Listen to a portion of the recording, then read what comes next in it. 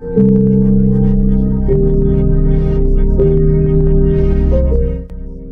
man doesn't treat a woman as an option by accident. He does so when she unconsciously teaches him that her presence requires no effort. To pause with this, not to judge, not to criticize, but to see clearly. In a relationship, romantic or otherwise, what we accept becomes the curriculum we teach, and what we model becomes the truth others believe about how they may treat us. Men, like all human beings, respond to resonance. If your energy says, "I will wait until you choose me," you've already positioned yourself as a passenger in your own emotional journey. But if your energy says, "I am already chosen," from within, you become unmistakably different, not louder, not colder, but clearer. And in clarity, men transform. Welcome to Self-Mastery, your space for real wisdom and inner growth. Subscribe and remember our name, Self-Mastery, because others may copy the voice, but the truth lives here. Let us begin. There is an ancient principle often echoed in both Eastern wisdom and modern neuroscience. Energy introduces you before you speak. It is not your appearance, not your status, not even your charm that tells others how to treat you. It is your inner frequency.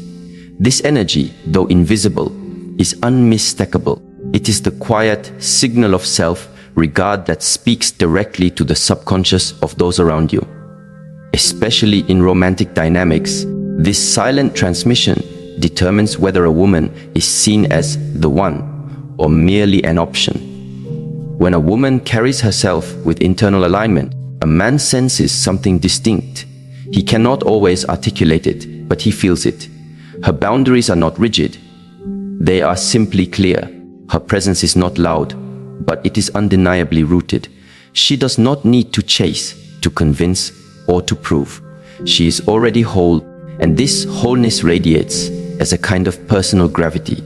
Just as planets orbit a sun due to its mass, people gravitate toward those who have come home to themselves.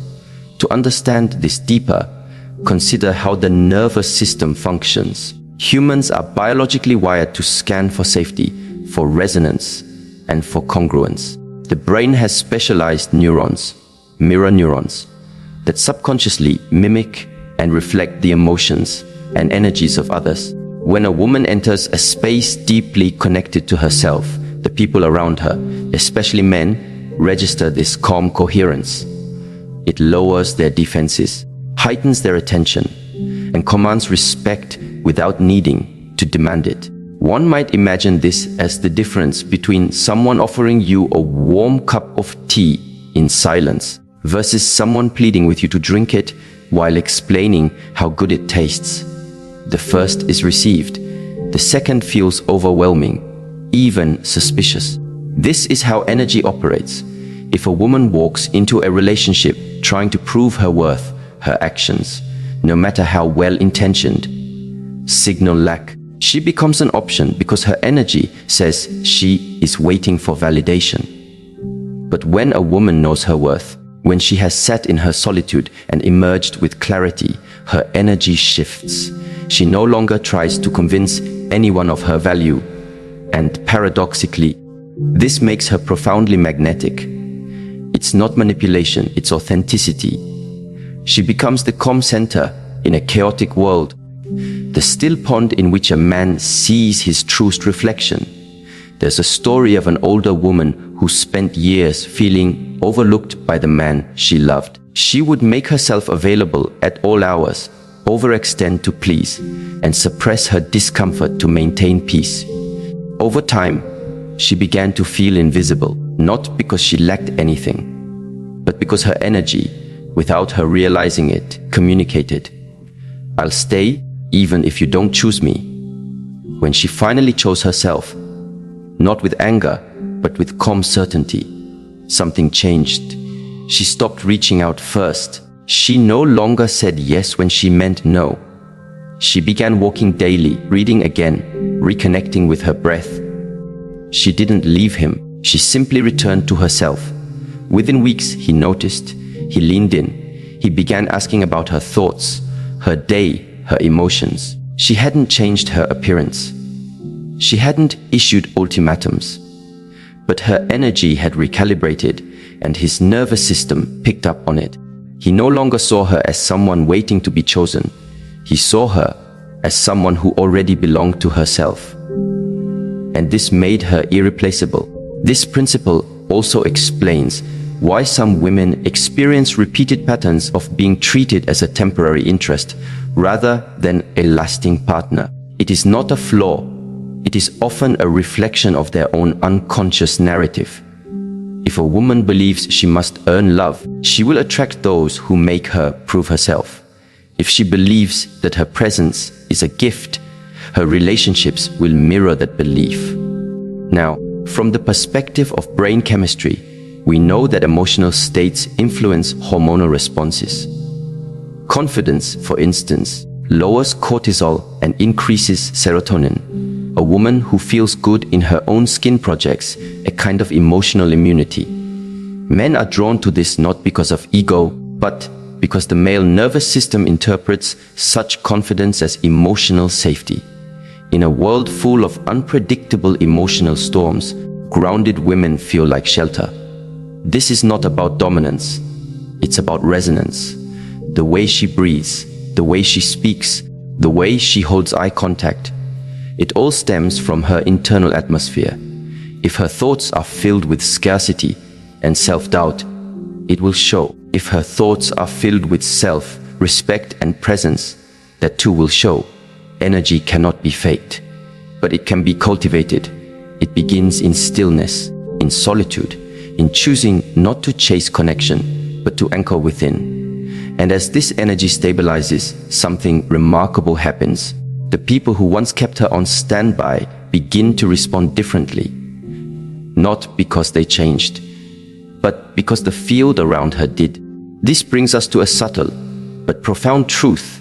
The moment you stop needing to be someone's priority is often the moment you become one. A man knows when a woman is centered. He may not understand it logically, but he feels it emotionally. He feels it in how she doesn't flinch at silence, in how she doesn't overcompensate for his lack of effort, in how she doesn't sacrifice her joy to accommodate his uncertainty. And this steadiness, this inner anchoring, is what tells him she is not like the rest. There's an ancient Taoist idea that says, the wise woman does not pursue, yet nothing escapes her. This is not passivity. It is a reminder that true power is not in striving. It is in alignment. It is the internal decision to radiate rather than chase, to embody rather than explain. And here is where we move naturally into presence, because it is through presence, not performance, that emotional bonds are truly formed. The modern world teaches women that they must perform to be chosen. Look a certain way, say the right words, meet every need. But real connection does not arise from performance. It arises from presence. And presence, by its very nature, cannot be forced. Imagine two women in a room. One is vibrant, engaged, but trying a bit too hard, laughing a bit too loudly, making herself agreeable, anticipating what others want to hear. The other woman says little. She's not disengaged, just present. She listens fully. Her responses are thoughtful. She is calm. She is not seeking approval, and yet people drift toward her. Why? Because in her presence, others feel safe to be themselves. This is the essence of emotional availability. It is not about how much you say or do. It is about how deeply you inhabit your own body, your own spirit. When a woman is fully present, she does not need to ask a man to show up. He simply wants to. Presence is what transforms attraction into connection. Performance creates attention, but presence creates trust. And men, especially those who are emotionally intelligent, are searching not for perfection, but for resonance. A woman who is truly present signals that she is emotionally available, not reactive, not manipulative, but open. She listens, she responds, but she does not lose herself in the process. This emotional steadiness tells a man, here, is someone with whom I can build something real. Psychologists have long studied the concept of attunement, the ability to be present with another's emotions without losing one's own center. This skill, often seen in secure parents, is the foundation of healthy adult relationships. When a woman attunes to herself first, she becomes naturally attuned to others. And this emotional depth is what distinguishes the one from the option. A woman who is attuned doesn't react impulsively. She notices her emotions without letting them dictate her behavior. When a man pulls away, she doesn't panic. She reflects. She breathes. She chooses her response. This conscious presence is rare and profoundly attractive. It tells a man, "You are welcome, but I do not lose myself for your presence. I invite you, but I do not abandon me." There's a story of a woman who had been dating someone for several months. He was inconsistent, warm one week, distant the next. Rather than confront him in anger or plead for clarity, she made a different choice. She paused. She reflected on how she felt during the highs and lows. Then she wrote him a message, not out of frustration, but from grounded awareness. She thanked him for their time, shared how she felt, and said she would no longer invest in a connection that felt uncertain. She did not ask for anything. She simply stated her truth and stepped back. Weeks later, he returned, not with apologies, but with clarity. Her emotional availability had revealed his own emotional immaturity. Her presence, steady and calm, made him realize what he had taken for granted. And while they did not reunite, something deeper occurred. She chose herself, and in doing so, made space for someone truly ready to choose her. This is not about controlling how others behave. It is about controlling how you show up. When you are present, when your energy reflects your worth, you no longer wait to be chosen. You become the mirror in which others see their potential. And in that mirror, some will rise, while others will fade. But the most important transformation is not theirs. It is yours. Because when you embody presence, when your energy reflects inner peace, you stop being available for relationships that drain you. You no longer fear being alone because your solitude is rich. And from that richness, true partnership can emerge. What makes a woman the one is not what she does for a man, it is what she evokes in him. Her energy, her presence, her self-regard, they invite him to meet her there. And if he cannot, she does not lower herself. She blesses him from afar and continues walking her path, because she knows the one who is meant for her will not hesitate to meet her in her fullness. In every human interaction, the mind is constantly filtering, evaluating, and categorizing. This is especially true in romantic dynamics, where a man often does not operate solely from his conscious mind, but from a deep-rooted internal compass shaped by biology, past experience, and emotional memory. Whether he is aware of it or not, he is always asking one question when he interacts with a woman: how do I feel in her presence? This question, though silent, determines everything. It determines whether he leans in or pulls away, whether he engages or evades, whether he opens his heart or retreats behind silence. And the answer does not come from analysis. It comes from emotional impact. Every woman leaves an emotional fingerprint. Some leave a trail of temporary excitement, fleeting, pleasurable, but shallow. Others imprint something deeper, an energy that lingers, that challenges, that awakens. These are not measured by how much time she spends with him, how much she gives, or how much she accommodates. Rather, it is the contrast she introduces into his life that defines her. Contrast does not mean conflict. It means she brings clarity. In her presence, he feels something shift.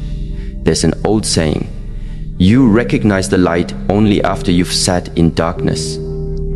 This principle is at the heart of contrast. A woman who is deeply rooted in herself, who moves with grace but carries standards, like a spine of steel, creates a different atmosphere around her.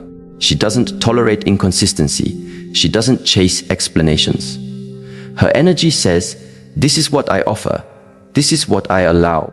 The rest is not welcome here." And suddenly, a man is faced with something unfamiliar: clarity. Most people, including men, are used to blurred lines. They are used to relationships that float between interest and convenience, between attraction and avoidance. But when a woman stands clearly in what she will and will not accept, it jolts the mind awake. It interrupts the familiar patterns. She becomes the interruption to his confusion, the calm boundary to his chaos. A man who is still unsure of himself may flinch at this. He may retreat, feeling the discomfort of being asked, without words, to show up more fully. But a man who is ready, or even close to being ready, will feel pulled toward her, not because she pleases him, but because she challenges him to become more. And that's what contrast does. It doesn't entertain, it elevates. Consider this: a woman who is always available, always agreeable, and always adapting slowly fades into the background of a man's mind, not because she lacks beauty or kindness, but because she does not introduce contrast. Her presence, though lovely, blends into the sea of familiarity.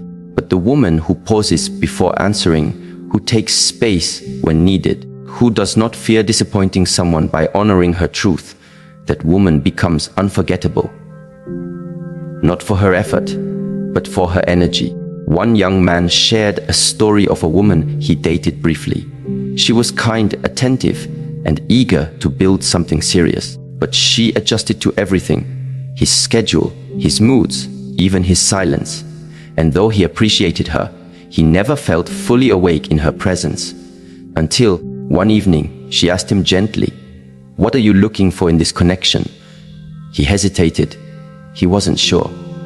She smiled, not with resentment, but with clarity, and said, "When you are, let me know. Until then, I choose peace." She left with grace, not anger, and her absence echoed louder than her presence ever did. Months later, he still thought of her, not because of what she gave, but because of what she didn't allow. Her refusal to delude herself, to wait in uncertainty, became the contrast that changed him. She became the reference point against which he measured every interaction after. This is the unseen power of contrast. It draws no attention to itself. It doesn't argue, explain, or justify. It simply stands still, unshaken. And this stillness becomes the mirror in which a man sees himself more clearly. But clarity is only half the equation. The other half is the mirror itself. The truth that a man's behavior toward a woman often reflects her relationship with herself. The outer world mirrors the inner state. A man's reaction, his respect or lack of it, his presence or absence, these are not always a reflection of his character alone. Often, they reflect what a woman unconsciously allows, permits, or repeats. This is not blame. It is awareness. If a woman constantly overextends in relationships, often giving more than she receives, it becomes a pattern that men intuitively recognize. They begin to test, not out of malice, but out of subconscious curiosity. Will she still stay if I give less? Will she still smile if I show up late? Will she still answer if I disappear for days? These questions are rarely spoken, but they are asked nonetheless. And each time the answer is yes, each time the woman bends to accommodate a lack of clarity, she teaches him a dangerous lesson, that her presence is unconditional, even in the face of inconsistency. But when a woman is connected to her own internal compass, the mirror changes. She no longer seeks approval through sacrifice. She no longer entertains partial effort. She does not need to punish or scold. Her silence becomes her decision. Her absence becomes her boundary. There is a quiet wisdom in understanding that men do not always change because we explain things better. They change when they are ready. because we embody something different. One woman shared a powerful example.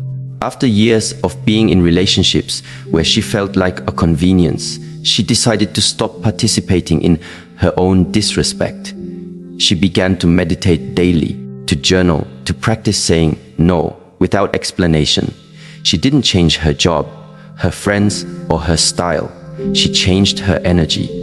And suddenly, the men who once lingered without commitment disappeared. New men appeared, those who asked meaningful questions, who respected her time, who listened more than they spoke. Not because the world changed, but because she did. The mind often resists this truth. It wants to believe the power lies outside, in convincing others, in waiting for them to see our value. But real transformation begins within. When a woman sees herself clearly, the world has no choice but to follow. From a psychological standpoint, this mirrors the principle of self-fulfilling prophecy.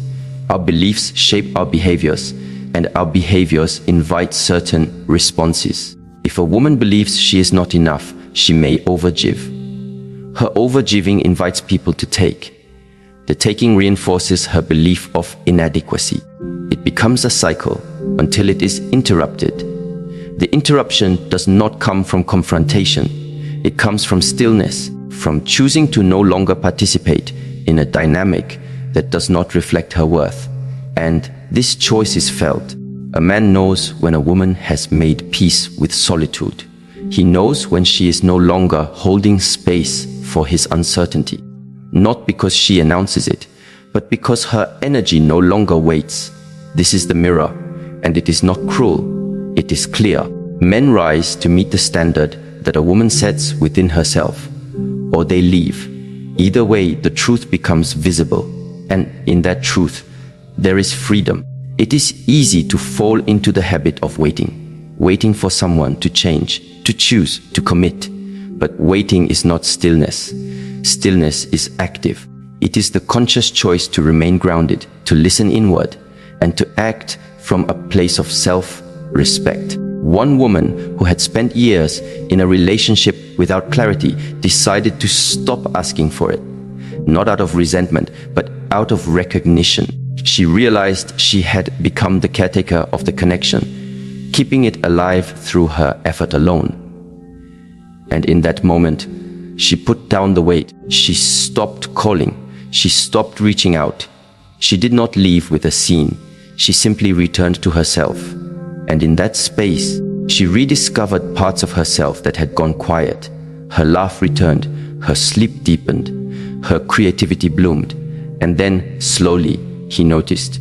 He reached out. He asked to meet. He brought clarity. Not because she demanded it, but because her absence revealed what her presence had once concealed, his own indifference. When a woman becomes the mirror, she offers a man a chance. Not a guarantee, but a chance to step into something higher. And whether he does or doesn't is not her concern. Her task is only to reflect, not to fix. The journey of a woman who transitions from being an option to being the one is not marked by external changes. It is marked by an internal return. A return to integrity, a return to intuition, a return to truth. And truth, once inhabited, no longer tolerates distortion. This is how a woman shifts from being categorized to being chosen. Not because she tries harder, but because she becomes rarer. Rarity is not about being unavailable. It's about being unavailable for anything that costs your peace. And in that stillness, something begins to happen. Men either rise to meet you, or they vanish, not as a punishment, but as a reflection. The woman who lives in emotional clarity becomes a teacher, without saying a word. And in her presence, the truth of others is revealed. Some will shrink, some will step up, all will be seen. In a world that glorifies urgency and constant motion, stillness has become a forgotten art. But in the landscape of relationships, stillness is not a void. It is a signal. It communicates certainty, peace, and self-trust without the use of words. When a woman can be still in her energy, She is no longer emotionally volatile. She is no longer reacting to every shift in a man's behavior or trying to force intimacy where it hasn't taken root. Instead, she becomes a calm presence that draws in depth and clarity. Her stillness becomes a magnet, not to manipulate, but to attract what is aligned with her. Stillness is not passivity. It is refined presence. It is not about doing nothing, but about doing nothing from a place of lack. A woman who sits in stillness is not waiting. She is observing. She is not chasing clarity from others. She is building it within herself. And it is this stillness, not performance or persuasion, that invites a man to step into his own truth. From a psychological perspective, stillness demonstrates emotional regulation. It shows that a woman has developed the capacity to feel deeply without losing control. She can be disappointed and still respectful. She can be uncertain and still composed. This level of self-mastery does not go unnoticed. The male nervous system, which is wired to scan for safety and stability in partnership, feels this emotional discipline as both grounding and compelling. When a woman is overly reactive, it may be because she is trying to secure love. But love cannot be secured through reactivity. Love that is pressured becomes performance. Real love, the kind that grows and stays, requires room to breathe. And stillness offers that room. It allows space for truth to surface, for misalignment to become visible, for the right connection to recognize itself. A woman shared a story once. She had been dating a man who was inconsistent, calling passionately one week, disappearing the next. Every time he drifted away, she would text, call, question. Her emotions would spiral, and she would try harder to win back his attention. But after months of emotional exhaustion, she made a new choice. The next time he pulled away, she didn't chase. She didn't protest. She breathed. She journaled. She went to the park, sat under the sun, and watched the sky change colors. She let the discomfort rise and fall like a wave. And when he returned, days later, with his usual vague apologies, she simply said, "I need consistency, not confusion." Her voice was soft, her energy was calm, and she didn't wait for his response. She returned to her life.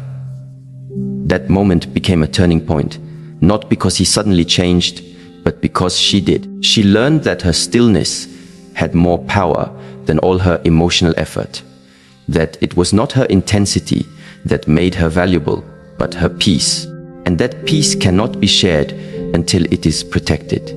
Stillness gives space for the masculine to feel his own presence. When a woman is constantly filling the silence, reaching out, or trying to hold the relationship together, she is doing the emotional labor that he must learn to carry himself. But when she steps back, not out of punishment, but out of trust in her own worth, she creates a vacuum that invites clarity. If he is ready, he will fill it with presence. If he is not, he will retreat further. But either way, the truth reveals itself. Stillness, in its highest form, is an act of faith. Faith in one's own value. Faith in what is meant to unfold. Faith that love does not require force, but readiness. This is where we begin to see the interplay between stillness and standards. The standard is not what you say. It is what your stillness enforces. A woman who needs to explain her boundaries repeatedly has not yet embodied them. But the woman who can calmly step back when a standard is violated speaks louder than any words. This is not coldness. It is warmth with direction, compassion with clarity, love that knows its worth. Men are often not pushed into change. They are invited, and that invitation is clearest when a woman no longer allows herself to be swayed by inconsistency, when she no longer fills in the gaps of his absence with her effort, when she sits in her own peace long enough for the noise to clear. From a neurological standpoint, this kind of emotional calm activates what psychologists call co-regulation. It allows the other person to settle into their own nervous system. But when a woman is in emotional overdrive, always fixing, guiding, or compensating, there is no room for the other to grow. Stillness makes space for evolution, not because it demands it, but because it refuses to interrupt it. And in this space, the highest standard is set, not by control, but by presence. A man who steps into that space will either rise to meet it or step out of the frame altogether.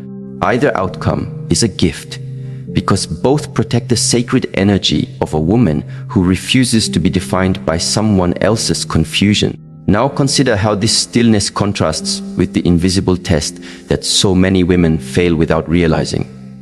The test is not spoken, it is not planned, but it is deeply embedded in human behavior. Every man, at some point, consciously or not, tests the boundaries of the woman he is with. This is not always malicious. Often, it is unconscious. He is observing what the energy allows, what the silence tolerates, what the woman will justify or explain away. And here lies the most dangerous mistake, mistaking love for leniency. When a woman excuses disrespect, overlooks broken promises, or remains emotionally available after being treated as a backup plan, she is teaching him how to treat her. Not through words, but through repetition. Every time she says, "It's okay," when it's not, she lowers the standard. Every time she responds quickly to a man who disappeared for days, she tells him, "You don't have to be consistent. I'll still be here." Every time she forgives without accountability, she reinforces the belief that her heart can be mishandled without consequence. This is not kindness. This is self-abandonment. Men are intuitive in this regard. They know when they can get away with doing less. They know when a woman will stay no matter how unclear, how inconsistent, or how inattentive they are. And unless a man is deeply evolved, he will take that allowance as permission, not because he lacks conscience, but because humans repeat what works. This is the invisible test, and it begins subtly. He texts less. He replies slower. He avoids meaningful conversations. He starts showing up late, canceling plans, or prioritizing other things. He notices your reaction. Do you address it directly? Do you change your behavior in response? Or do you pretend not to notice? Your response writes the rule book. And once that rule is written, it's difficult to rewrite. A woman once shared a painful but powerful story. She was deeply in love with a man who had charm, ambition, and attention from many others. In the beginning, he was attentive, generous, and emotionally present. But as the months passed, he began to test the waters. He started making subtle jokes at her expense. He would ignore her calls for hours. He'd flirt openly with others and laugh when she brought it up. Each time, she forgave him quickly, afraid that drawing a line would push him away. But each act of leniency became a silent contract. I will stay, even if it hurts. Eventually, he stopped pretending. He was careless with her feelings, unbothered by her tears. He knew she wouldn't leave, and that knowledge made him lazy. She stayed until her spirit began to shrink, until she could no longer recognize the vibrant woman she had once been. And when she finally walked away, not with anger, but with sorrow, he begged her to stay. But by then, something sacred had already been eroded, her belief in her own standard. This story is not unique. It plays out in countless relationships. The form may change, but the pattern remains. And the pattern is this: when you allow yourself to be treated as optional, you become so. But here is the deeper truth. The test is not about the man. It is about the woman's awareness. She is being invited again and again to choose herself, to choose peace over potential, to choose clarity over confusion, to choose dignity over desire. The more she chooses herself, the fewer tests she faces, because her energy no longer matches those who would question her value. This is where the highest level of relational self mastery emerges. When a woman no longer waits for someone to treat her better, she treats herself well enough that anything less becomes energetically incompatible. And so the lesson becomes embodied, not through fear, not through bitterness, but through wisdom.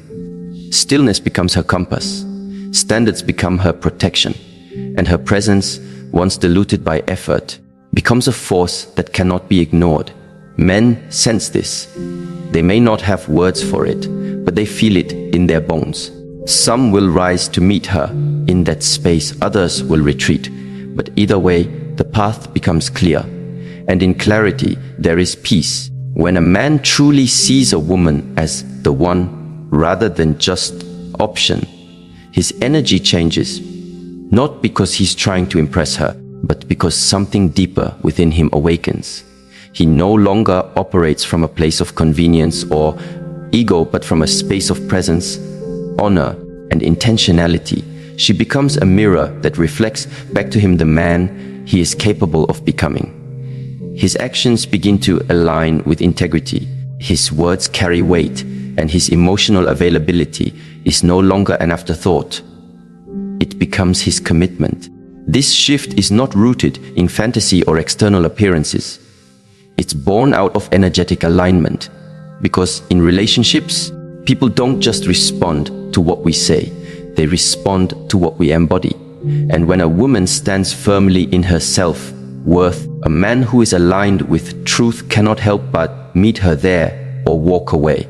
There is no in between. Love, when it is mature and conscious, no longer plays games.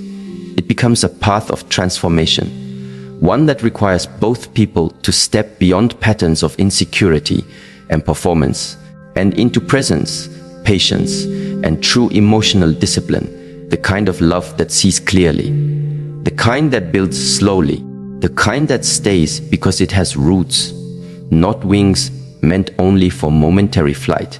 If you have ever been made to feel like a placeholder in someone's life, understand that this was not a reflection of your value, but of their readiness. Someone else's inability to recognize your worth is not your cue to prove yourself.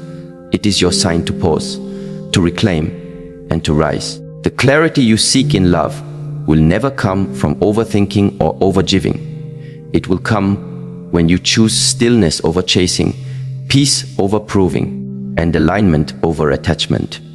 Then, and only then, will you naturally attract the kind of relationship that is not afraid to commit, not confused about your presence, and not casual about your heart. In this life, we are all learning how to love better. But the first and most vital lesson is this: you are never just an option. You were never meant to be chosen halfway. You are not waiting to be seen. You are the vision itself. The man who is ready will not need convincing. He will already know